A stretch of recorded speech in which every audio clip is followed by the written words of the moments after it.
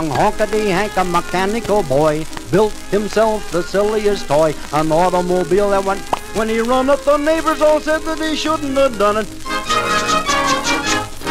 The goofiest car that a kid ever built, all painted and patched like an old crazy quilt, was made out of boxes and tin cans and such that didn't have even a brake or a clutch.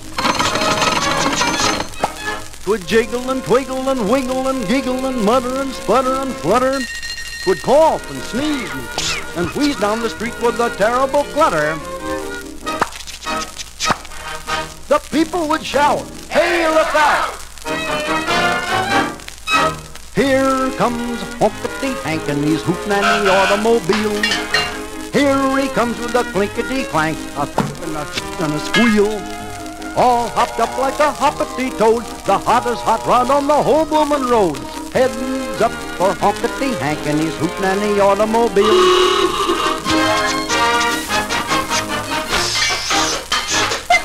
That old hunk of junk would make anyone laugh. The motor inside was an old phonograph. The wheels were wobbly and bubblegum tired, and all went every time it backfired. But there came a day when poor Honkety Hank gave the crank a heck of a yank. That hot up jalopy went cloppity-clop, and the lickety-split past a big motor cop. That cop, he hopped on his fast motorcycle, and Honkety yelled, "I'm sure in a pickle." For miles and miles, they swerved and swirled till the cop chased for Hank almost clean around the world.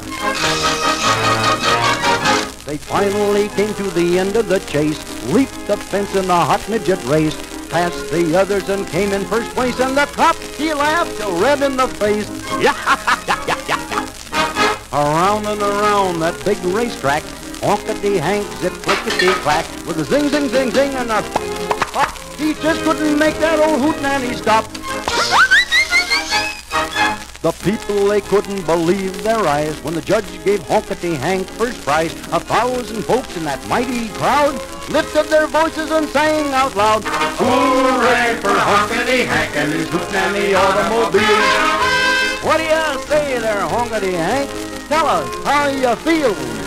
But Honkety Hank woke up in bed, blinked his eyes, and scratched his head. "'Twas a wonderful dream," was all he said. So he hopped out of bed and dressed himself and washed his face and brushed his teeth and ate his drool and kissed his mom and went to school, just like any other boy.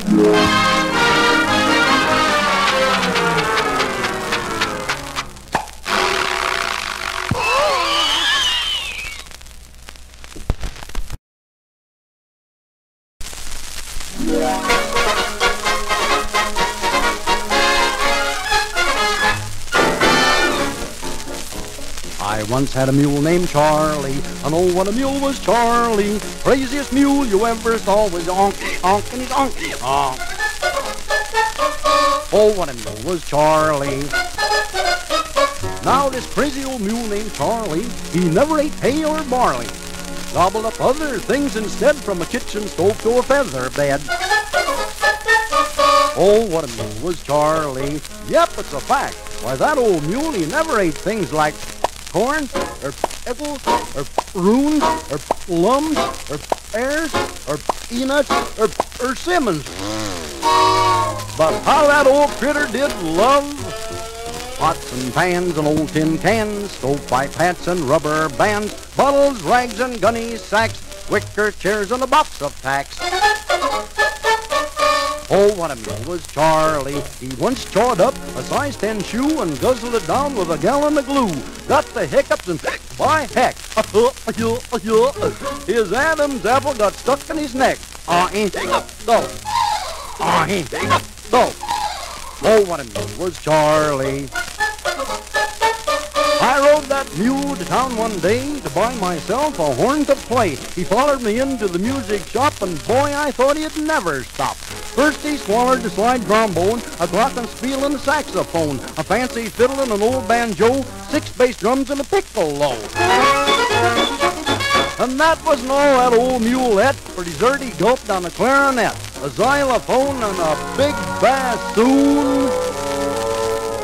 That stern old mule, he rolled his eyes and stretched his neck up toward the skies and opened his mouth and began to bray. and all those horns began to play. Believe it or not, as sure as you're born, that mule gave out with plenty of corn. The folks exclaimed, "So help me, Hannah," when he brays it sounds like old Susanna.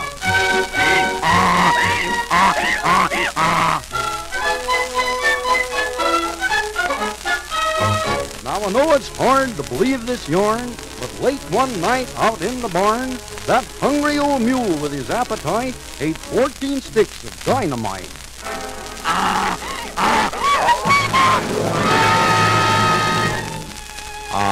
Too bad. Killed him dead, huh, Bozo?